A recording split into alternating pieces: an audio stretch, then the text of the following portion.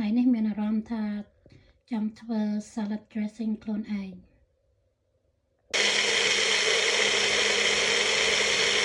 ខ្ញុំធ្វើ salad dressing ខ្លួនឯងពីព្រោះខ្ញុំចង់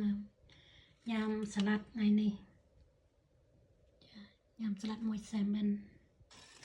នេះផ្លែគ្រប់មុខដែលខ្ញុំនឹងដាក់ជាមួយគ្នាចាមាន apple មានម្នាស់មាន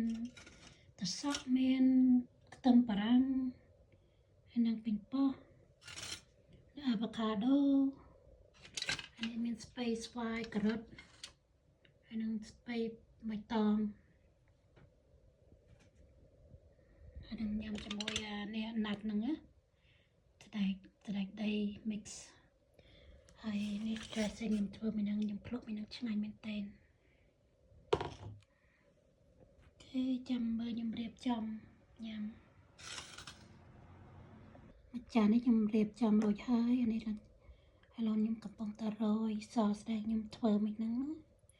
ភ្លក់មួយហ្នឹងមករសជាតិឆ្ងាញ់មែនតើសនេះ